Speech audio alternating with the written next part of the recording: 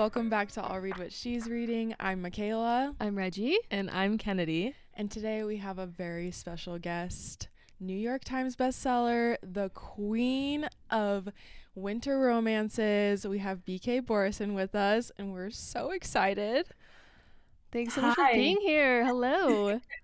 I don't know about that Queen of Winter Romances thing, but I'll take it. So thank you for having me. Well deserved. It is well deserved. We're so excited about your new book, and we can't wait to chat with you. Yeah, it's gonna be so fun. We first thought that we would start off with some rapid fire questions to kind of get you like the ice broken and just kind of like get your thoughts on this or that. Does that sound good to you? Yeah. So we didn't prepare you for this. Yeah. So you're on the bringing it spot. on Okay, so first, this or that. Friends to lovers or enemies to lovers? Oh, I love a good enemies to lovers. That's a good one. Same. That's a good one. Would you? Oh, I was gonna say, would you rather? It's not would you rather. This or that. Host a radio show or own your own tree farm? Definitely own my own tree farm. I don't think anybody wants to listen to me talk on the radio for an extended period of time about nonsense. Definitely, I'd love to disappear into a field of trees. That's my job. Yeah, that would be magical. Me too. It's actually a dream. Yes. Small town or big city? I'm a big city girl. I grew up in a small Ooh, town, and since have very intentionally only lived in cities. I think the idea of like fictional small towns is really great, but reality is like, nah. I like my amenities.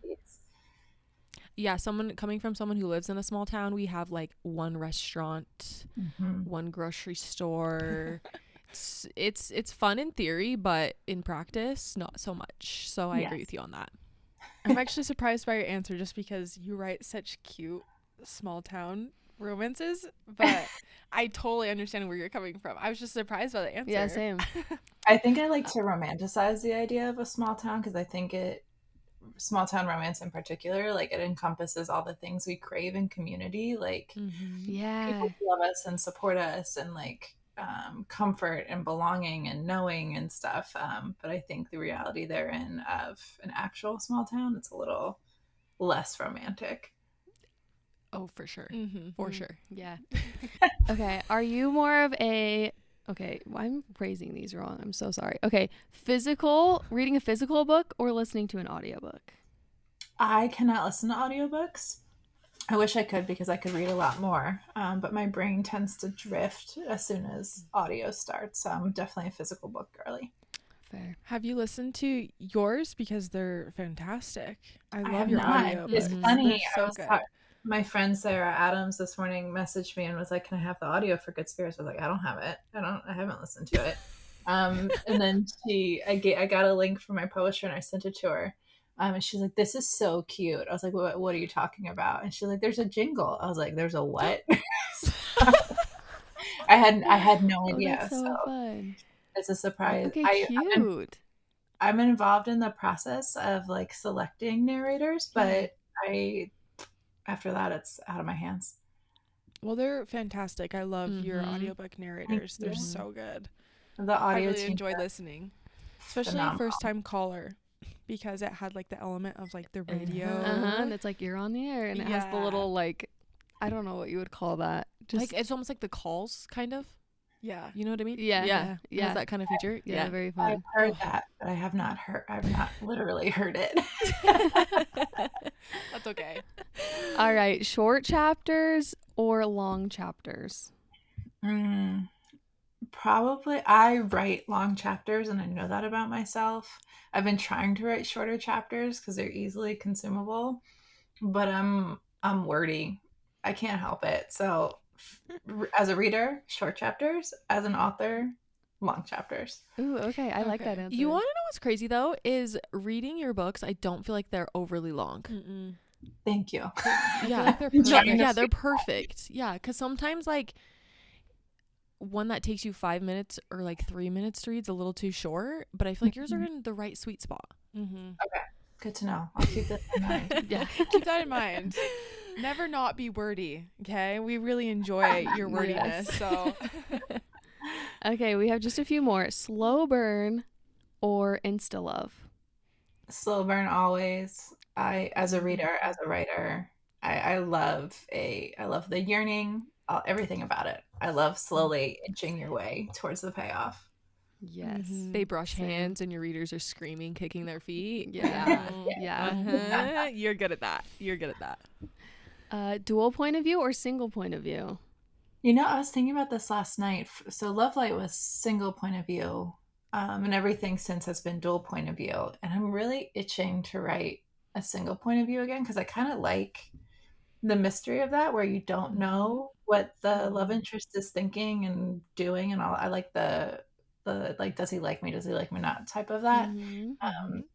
But the next, probably dual point of view for right now. But I'd love to go back to a single point of view. I think there's greatness in both. Yeah. 'Cause sometimes you love hearing what the love interest is thinking, but then sometimes it's like you love screaming at the just single point of view, like, he loves you. Yeah. Yeah. All right, last one. Englewilde in the summer or winter? Winter, because of the farm, I would say. There's just something that was really magical about writing it during that season. So I would like to be there for all the seasonal goodies. Ooh, yeah, that sounds nice. Honestly, small towns in the fall and winter are just so much more magical than the summer. Yeah, no one likes to be hot and sticky. Like, what is there to do in a small town in the summer? Unless you have a lake, nothing. Yeah, it's miserable. Okay, we're done with this or that, but to kind of like go off of the last this or that, was there an inspiration for Englewilde by like a real town, or? I think it's a combination of a bunch of small coastal towns in Maryland. That's where I grew up. There's a small town, probably the closest you could get to it is probably a combination of Annapolis, which is not a small town, but feels like a small town, and Berlin, Maryland. It's like towards the coast, heading towards the beaches. So I tried to sort of mash those together and just make it everything I wanted in a small town. Very Gilmore Girls-esque, very romanticized version of what I want this little community to be.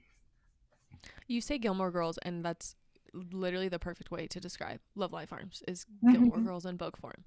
Yeah. I think I was a big Gilmore Girls girly growing up. So I think it was just inevitable that would impact my work in some way, shape, or form. Yeah. Do you feel like any of your female main characters are highly resemble Rory or Lorelai? I don't think so. I don't know if they do. I think probably the closest character that's come to any book is probably Shades of Emily Gilmore. Okay. Especially in Good Spirits, I feel like she pops up. But I think Lorelai and Rory are such like a distinct, they're so distinct in their personalities that I feel like anybody would spot it right away. There's shades, I think, of their relationship in Lucy and Maya in First Time Caller, because she became a mother very young. And sort of Maya's very involved in her mother's love life, and trying to make it what she wants it to be. But no, I don't think there's a specific character. Probably elements of relationships more so than characters. Go. That makes me so excited to read your newest book. Just Emily Gilmore. I'm like, yeah, I'm sold. I'm absolutely sold. Yeah, sassy matriarch. Yep. So you get a lot of inspiration from Gilmore Girls. Is there anything else that you get your characters' inspiration from? Like, is it part of you, part of friends and family, music, TV? Probably a combination of everything. Usually when I start to write a book, I don't know if the characters come first or second. It usually depends on which book it is.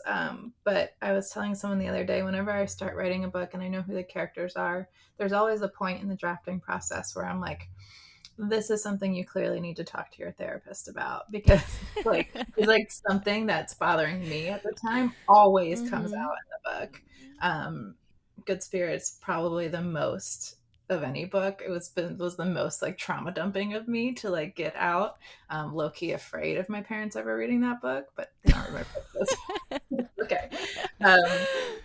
But yeah, it's whatever I need to work through at the time. Definitely inspired by like, just observing people in community and like day to day. And Jessica Joyce said once that like she's just like hyper observant of the world around her and like how people interact. And like I think that's a beautiful thing about being a writer is like you're so stuck in your head and your imagination that you can see two random people on the street and be like, make a whole story for their world, so I think it's probably a combination of what I'm watching, what I'm reading, what I'm listening to, if my husband's annoying me or not, and just like whatever mashes together at that point. Yeah, you're just kind of putting a piece of everything around you into your books, which I think that makes it even more special, especially for you, and great for listeners and readers, but also just like that's got to be so special for you, especially when it's all done. Yeah, it's fun to like look back on each book and be like it's a bookmark on that part of my life and what I was feeling and what I was thinking, what my kids were doing, where our family was. So it's like Good Spirits I wrote when I was very, very pregnant. And so I'll always remember that as the book when I was carrying my son. And like each book feels like that a different moment in my life. And it's nice to have that and keep that, for me especially. I know some people say like they get tattoos and it reminds them of certain parts of their life, but cool that you have books to do that. Yeah, exactly. It's sort of it's weird though because you share it with so many people, and it's this job is so public in that like there's pieces of me in every book, and then people will review it online and say what they say about it, and it's like, but wait, that's part of me. So that's been an adjustment, sort of. I think especially in this past year because it's been Lovelight did great. And it really launched me into the romance community. But First Time Caller was like completely exceeded my expectations and, was like, whew. So a lot more people with opinions. And so a lot more to sort of sift through on my end. Which congratulations on that because that book took Book Talk by storm. It's been bananas. Like I remember the week before it launched, I was like asking my agent, I was like, do you think it's going to do well? And she was like, yeah, I think it'll do good. And then like the team at Berkeley, I was like, do you guys like, you think it'll be okay? And they're like, yeah, it'll be good. And then it came out and everyone was like, oh, okay. So it's doing this. So it was, I think we were all a little surprised by the impact for sure. Which that's amazing. This kind of leads us into one of our questions. First Time Caller does have such a unique premise. How did you come up with the radio show idea for that book? Because I've never read a romance book that was like that ever. Well, I think we're sort of past the time of radio. No one really listens to the radio anymore. And I wanted something very nostalgic that felt like the rom-coms I was raised on. The mid-90s rom-coms, Meg Ryan, Nora Ephron. The Heartstring series is book 1 is Sleepless in Seattle Twist. Book 2 is When Harry Met Sally. And book 3 is You've Got Mail. So I knew I wanted to take these classic films. Look at your face. I knew I wanted to take these like classic ideas and sort of modernize them. And so that was like the foundation of that series. And I knew I wanted it centered around a radio show because it felt like, the same way Lovelight romanticizes small towns, Heartstring series really romanticizes the idea of radio.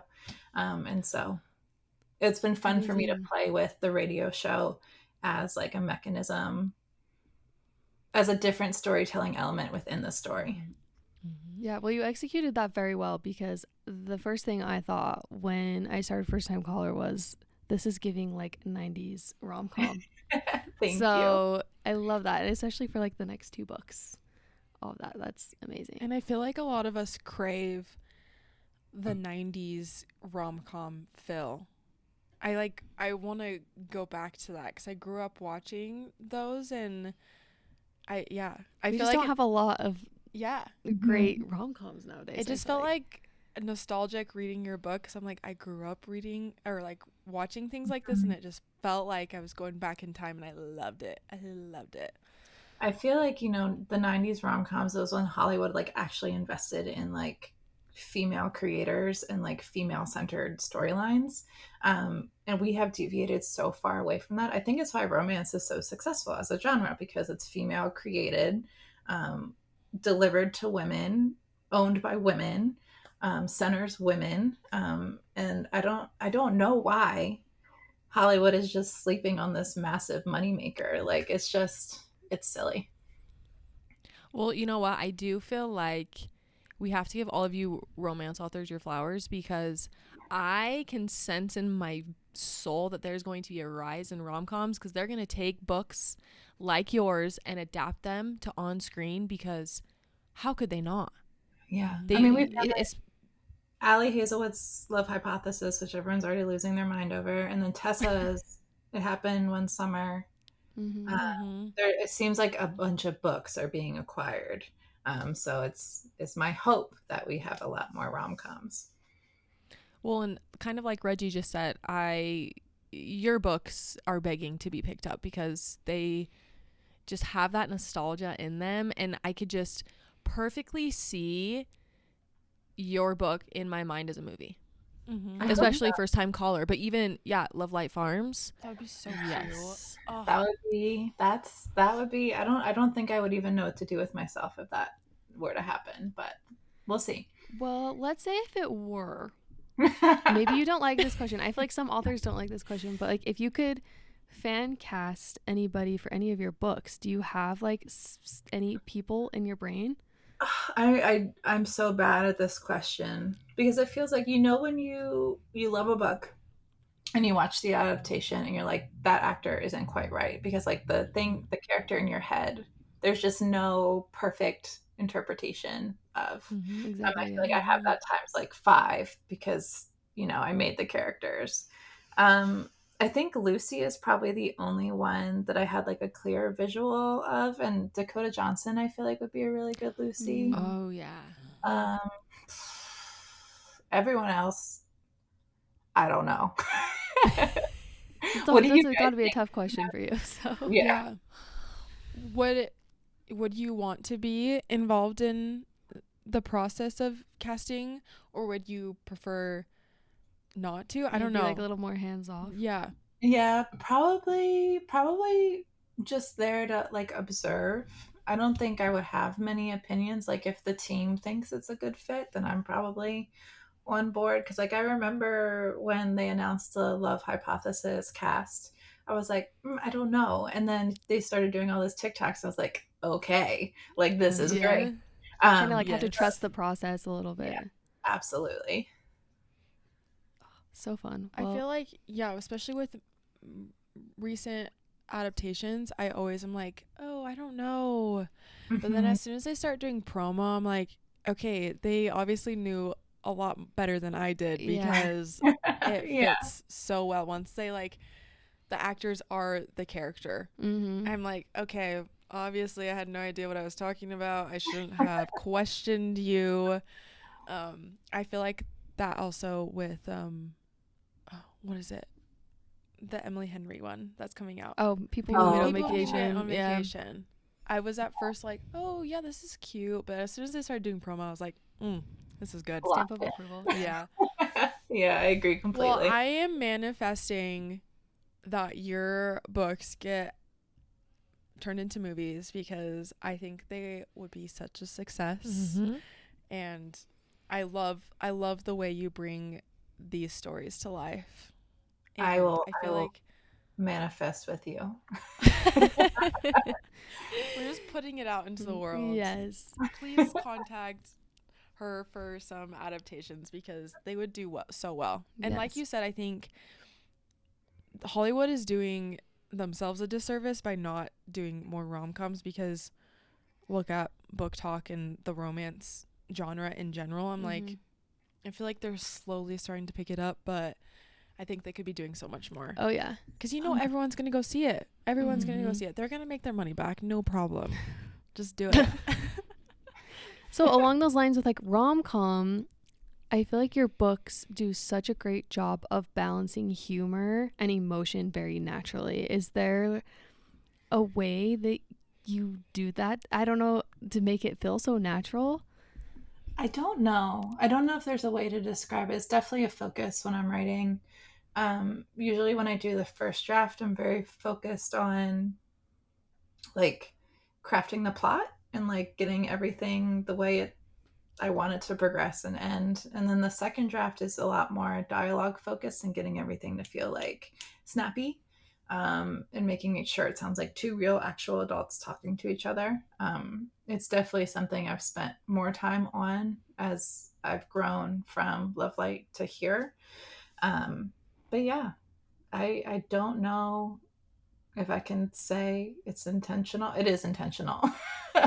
It's just yeah, but it like comes pretty naturally to you. Yeah, like, and seems I always like too. say like the best way to draft is like if I'm not aware I'm drafting, like if I'm not thinking too hard of like, you are writing a book, this is a scene in the book, these are characters in your book, sort of just not thinking it and letting the characters take the wheel. Like that's the sweet spot. That's where you're trying to get.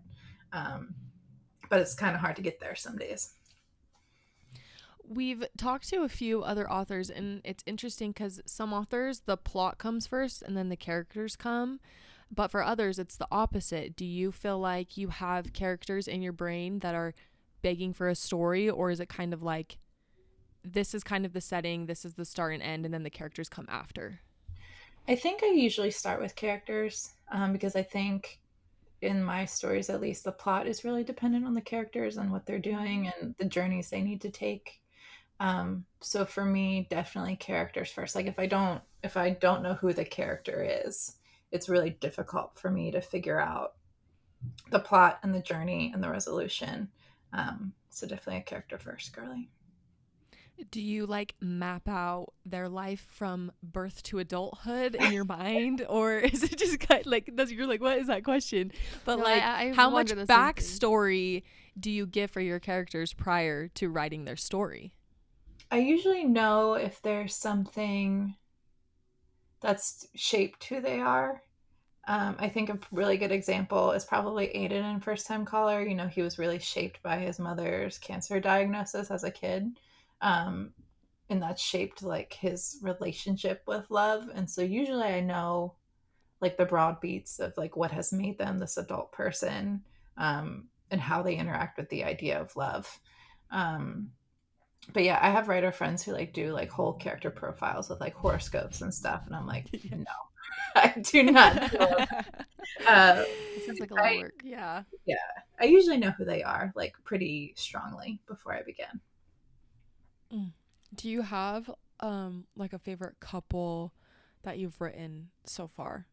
Oh my gosh, this is like a Sophie's Choice question. That's like choosing your favorite child. I know. I don't know if I can pick one. I really love, it's hard because usually whoever I'm working on at that point tends to be my favorite. I really love Jackson and Delilah, which is the follow-up to First Time Caller. I really love Harriet and Nolan because it felt like a departure from my usual. Like it was fun to play with the ghost element of the story. But yeah, probably those two. It's also the two that I'm talking about the most right now. So yeah, those two for sure. Well, I'm so excited to read the second First Time Caller. Remind me, what was the name of that one? It's And Now Back to You, and it comes out in February. Oh my gosh. So which you've kind of touched a little bit on your latest release that's coming out soon, which is Good Spirits. Yes. You've said it kind of has that little spiritual element for maybe someone who hasn't read the back of the book or anything like that. Give us like a short little synopsis, because it's like a Christmas Past retelling, correct? It's not a retelling. So I basically it's a Chris. I borrowed the characters from a Chris Dickens' A Christmas Carol. So the story is the ghost of Christmas Past comes to haunt this woman. But when he shows up, she's actually like a really nice, lovely person. But he's bound to her for the holiday season to sort of uncover her wrongs. And so the book is them trying to figure out why he's been assigned to her when she's a very like sweet, kind, generous person. And yeah, I basically just borrowed the characters from Dickens and made them horny. Love it. How I describe it. I love romance books that kind of throw in a little bit of magical realism, and the fact that that has magical realism and it's familiar enough because we all know the Charles Dickens characters. I cannot wait. I had so much fun writing this book. I've been itching to do something with a little bit of magic. I remember I had lunch with my agent right before Business Casual came out, and she was like, First Time Caller had been written. And so we knew what was happening there. And she's like, what do you want to work on next? And I was like, I really want to write a book about the ghost of Christmas Past. And she was like, what? And I was like, let me just write it and then you can tell me if you hate it. Luckily she didn't hate it and Avon didn't hate it. But yeah, it after especially going between contemporary and going to a world with magic where you can sort of make your own rules, it's been a real treat for my brain in terms of creativity, because I'm just like, oh, I get to do whatever I want over here, and then back to contemporary, and then a magic book where you get to play with all these different ghosts and spirits and beings. It's been a lot of fun. That's got to be so fun as a author. Yeah. Get to explore different things. Would you ever consider stepping out of the romance genre, or like more specifically, I don't know, like fantasy? Is there any other genres you want to like dip your toes into? I don't think I'll ever step away from romance. I think all of my stories will have like a heavy, strong central romance. Maybe someday more like women's fiction, or I don't know. I don't think I'll ever go any heavier into fantasy than like magical realism, because I always say I'm not smart enough for that, because like the world building with like, it's a lot. So this is probably the closest I'll get to fantasy-ish. But yeah, it's been a treat, and I feel really lucky that a publisher liked the concept enough for me to pay me to do it. Did you write it during like the holiday season, or what season did you write it in? Was it tricky if you didn't write it during the holiday season? It was a little tricky. I definitely irritated the crap out of my husband, because like I was just playing, I think it was summer, because I was thinking my son was born in June and I was very pregnant. And I was just playing Christmas music on loop. My husband was like, you are driving me crazy. And I think I had our Christmas trees up. I just kept them up because I was like, I need them up to write this book. Which means our trees were up. I put them up in October because I'm a lunatic.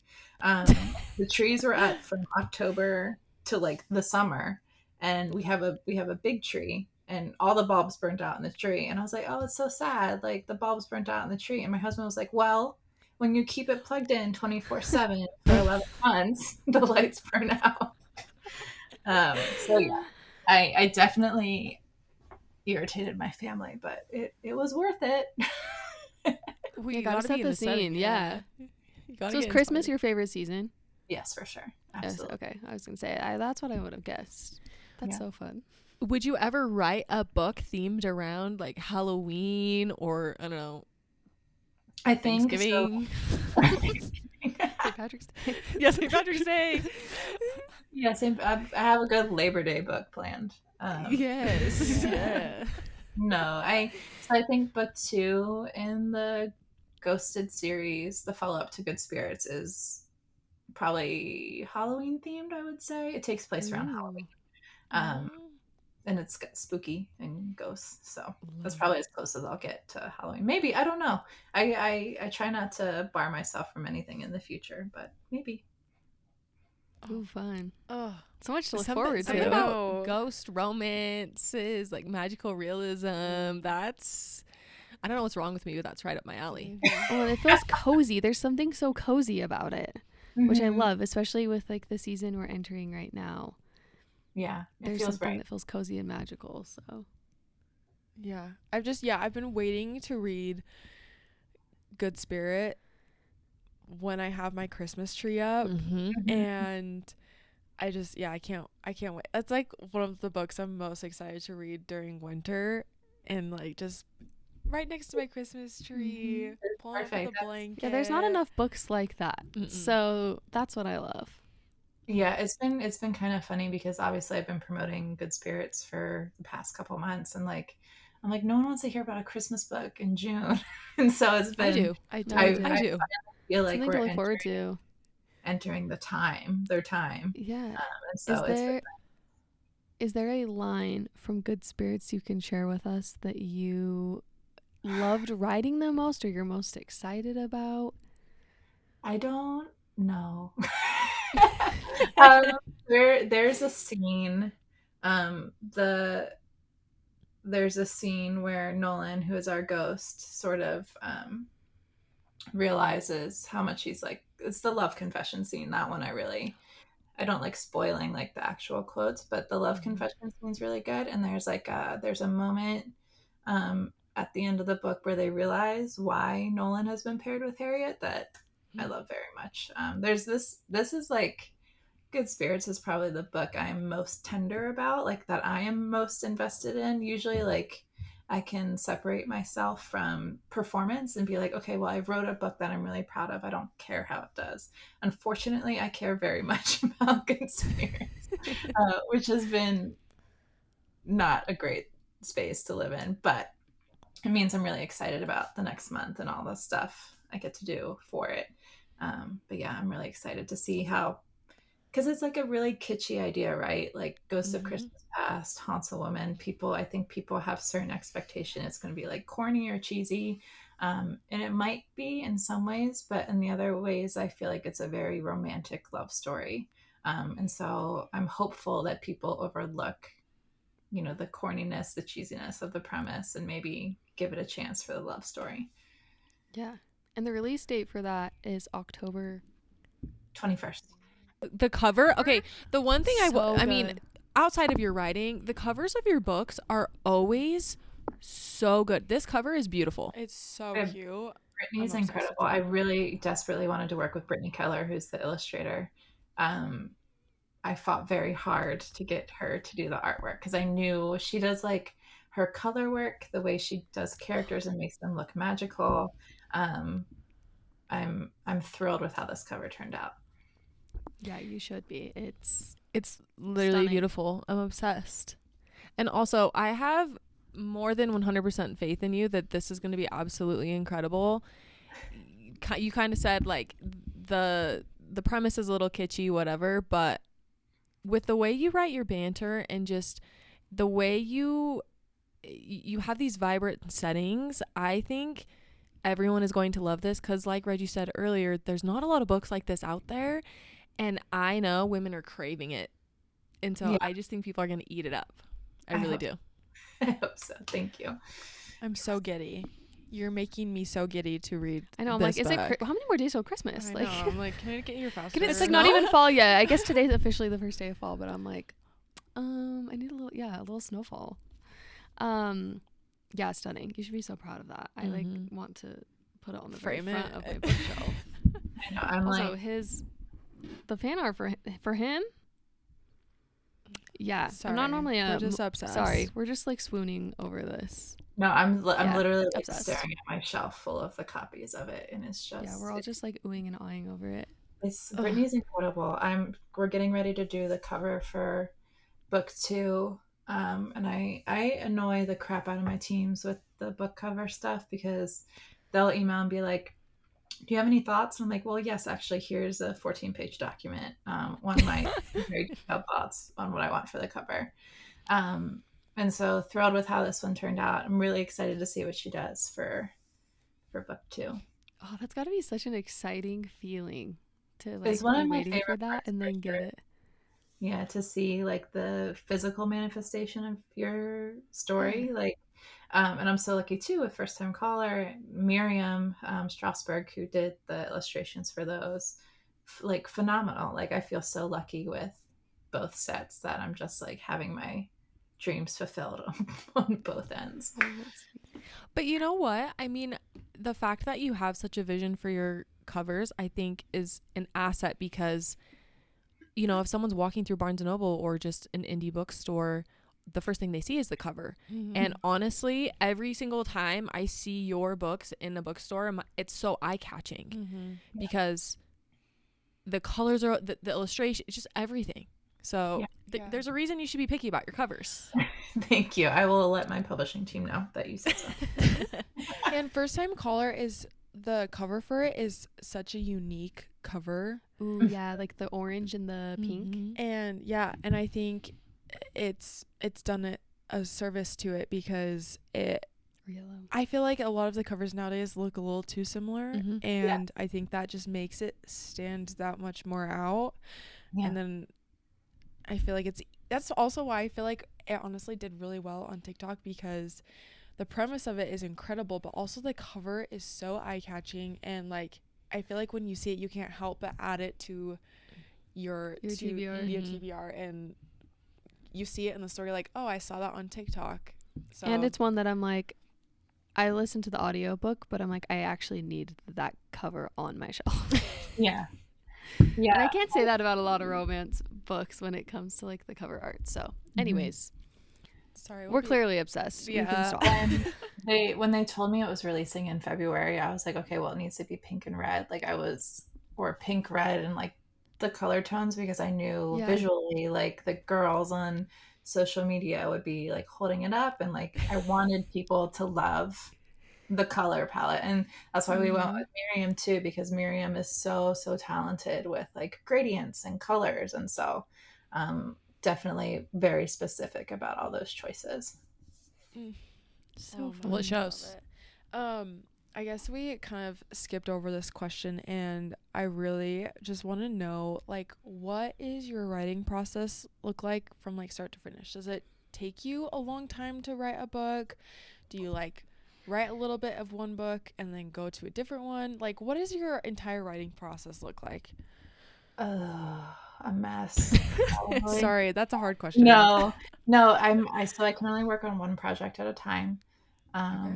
Because if my brain splits up, then like the characters start sounding like the same. So I'm definitely like one at a time.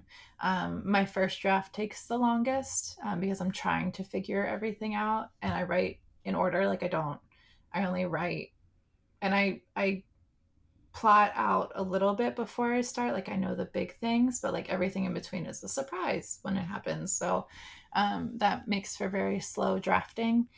Usually my draft takes, anywhere between like 3 to 6 months to write a first draft, but then the next draft is very, very quick. So like I just turned in the first draft for Ghosted 2. Just got edits back on that, and then it's due in 2 weeks. So like I can turn it around in 2 weeks because everything, like all the big pieces are there. I'm just filling in like the cracks. So once that first draft is done, it's fairly quick from there. Unless like I have a mental breakdown during the drafting process, which was kind of like, and now back to you, was such a shit show, for lack of a better word, because I had just had a baby. I was postpartum. My brain was not functioning at the level it should have been, or maybe it should have been because I just created a whole human life. I don't know. But that editing process, I think it shifts with every book, in terms of like where I'm at as a human being. But yeah, ideally heavy first draft, everything else goes as it goes. Wow. Well, it seems like you've been so busy. Yeah, I'm in awe at how many books ahead you are. I'm like, oh my gosh, we're going to be fed. Yes. But like, you have to be in trad, like traditional publishing. Like I started out indie, and you write a book, you publish it. You write a book, you publish it. In traditional publishing, like you have to have the manuscript in a year before it's published, so that they can do like the distribution and like make the arcs and like all this stuff that takes a long amount of time. So yeah, I'm working on fall. What year is this? 26 right now. Oh my gosh. Oh, wow. well, are you taking care of yourself? Yeah, like, are you seriously. going on vacations? Like, you deserve one. So I hope you have like a vacation plan sometime soon. Take a little break. Yeah. After tour this fall for Good Spirits, I will have a vacation with my family. But yeah, no, this is not a job I ever thought I would get to have. And writing doesn't feel like work. Like I tell love stories, like it's the best job in the world. So it doesn't feel like it's busy, but it doesn't feel like work, you know? Yeah. I love that. That's so nice. Well, it honestly comes across that way, that it just comes so naturally to you, and I love that it doesn't like feel like work for you, because I think it correlates to your work and how natural the characters come.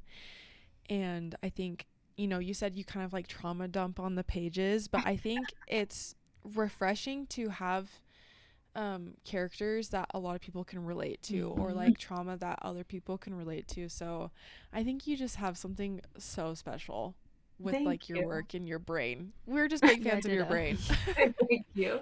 Hey, one of my best friends always says, like, I love whatever's wrong with you, and so I feel like that summarizes it. Oh, that's amazing. Well, we have a few questions that aren't necessarily related specifically to your books, but kind of like you as a reader. Okay. Do you read a lot? Oh yeah. Like, I know you're writing a lot, but do you have time to read? Is that something you even enjoy doing, or you're like, no, I need to focus on writing? I think it's important, if you're a writer, to read in the genre and to read diversely, so that you can see like I think it's good for your brain. It like feeds the creative part of your brain. So I try to take, in between like rounds of drafting, I try to take 2 weeks for just reading.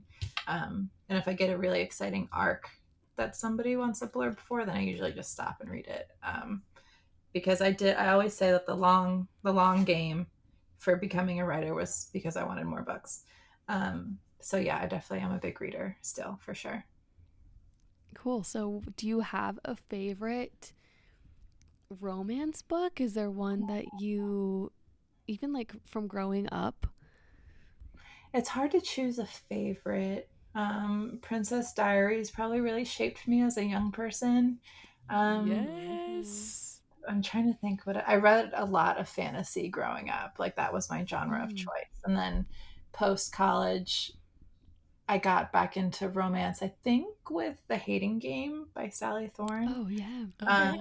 That was like my re-entry back into romance. And then it was just like a snowball effect in terms of devouring everything. And I feel like we're in such a boom of romance right now that there's no shortage of really excellent writers and books. Well, you mentioned your friend Sarah Adams at the beginning. Yeah. Do you hey Sarah. Do you guys like get ideas from each other, or do you guys like how does that work between like the dynamic between like your author friends? Well, it's funny because like it's such a weird job that not a lot of people understand it, and I feel like the romance community is a lot smaller than people think. And it's very isolating to just be like drafting all day, like by yourself. It's a job that you don't have coworkers. And so it's great to connect with other authors to sort of discuss the different pain points with publishers and drafting, and experiences with like touring, and are you working with this artist or that artist? So yeah, I have a bunch of author friends who have been really great in terms of community. Sarah's one of those. Sarah was like one of the first authors that reached out to me when I was indie, because she started indie too. And we're at a very similar place in our life with our children, and our families and our careers. So it's great to have someone to be a sounding board on all things authory. It's so fun.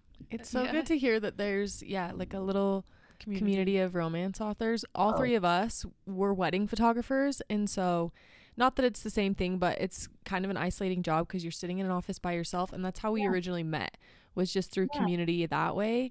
So it's good to hear that other creative fields also have the same thing. It's funny. You would be surprised by how many of us talk to each other and like across subgenres and stuff. Like I'm seeing Bryn Weaver later this week, and I'm excited to just squeeze her. You know, it's just like, it's like people are like, I'll have a signing and people are like, well, I don't know if you know this book, but like Butcher and Blackbird. I'm like, of course I know. Everyone knows Butcher and Blackbird. Just because I write soft, cozy romances doesn't mean I don't read dark romance, you know, like people, or if someone was like, I asked someone what their book club was called, and she was like, well, there's this book called Morning Glory Milking Farm. I'm like, of course I know Sam Costa. Like, do you know, like people assume that I have no idea who these like titans in the industry are, but it's funny. Yeah, it's funny. It makes me feel glad that like you guys can get a release from that, but also have your community that can relate, because I'm sure your husband, he's probably very supportive, but he sometimes probably just doesn't get your industry. And so I'm just glad that you guys have friendships. That sounds fun. It just honestly makes my heart melt that you guys can just like talk to each other and you guys can relate to each other, because I feel like we can all relate to that. I want to be a fly on the wall on just like a little lunch that you guys have and just see what you guys talk about. It's just goofy. It don't sound weird at all. The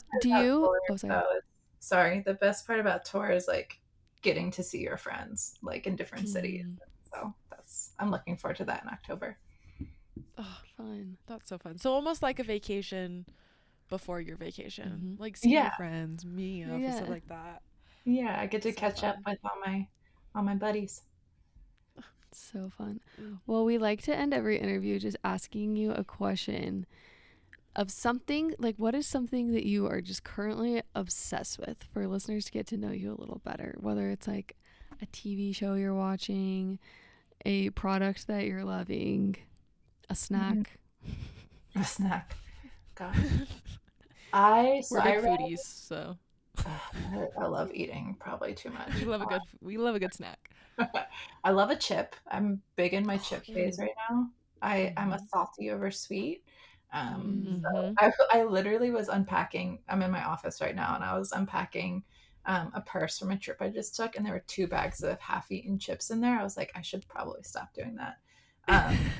But then I ate the chips. I have no idea. So what's your favorite chip? I'm a Maryland girl. I really love crab chips, which are potato chips with like crab seasoning on them. They're really delicious. Okay. Never had that. I also just love a wavy potato chip. Like nothing. Oh, yeah. We're talking about chips now. I'm like, but in terms of things I'm obsessed with writing wise, I just read Kat Sebastian has a book coming out next year called Starshipped. And I had never read any of her books before, and Avon sent me this one to read, and I read it, and like it instantly like lit up all my brain synapses, and I was like, this is incredible. So I bought her entire backlist, and I've just been crushing through all of her books because it's just something about her writing does beautiful things to my brain, and I'm just consumed entirely. So highly recommend Starship. I think when does it come out? March of next year. Adding that to my TBR. Yeah. Oh, that's so fun. Well, this was such a fun interview. Thank you for letting us pick your brain and letting us ask weird questions. I love it. We are so excited to read your book, and everyone else should go add this pre-order it. Can you pre-order it pretty much anywhere? And you can pre-order it anywhere. I think there's a Target special edition that's red. I don't. Oh, here it is. Oh, wait. Do I need the Target special edition? I might. You need to go to Target. Oh, yeah, that's pretty. Oh, my yeah. gosh, the sprayed edges. Are you kidding? And I think there's a bonus chapter, maybe. Oh, fun. There's like 1,000,001 special editions. Owlcrate is doing one. Afterlight's doing one. And then it's available. The blue version will also have sprayed edges in the US, and that'll be available wherever books are sold. Amazing. Well, we cannot wait. October 21st. Can't wait. And yeah, thanks again. We really appreciate it. It's so fun to meet you and chat with you. And best of luck with all that you have coming. It sounds so fun. Yeah. Thank you for having me.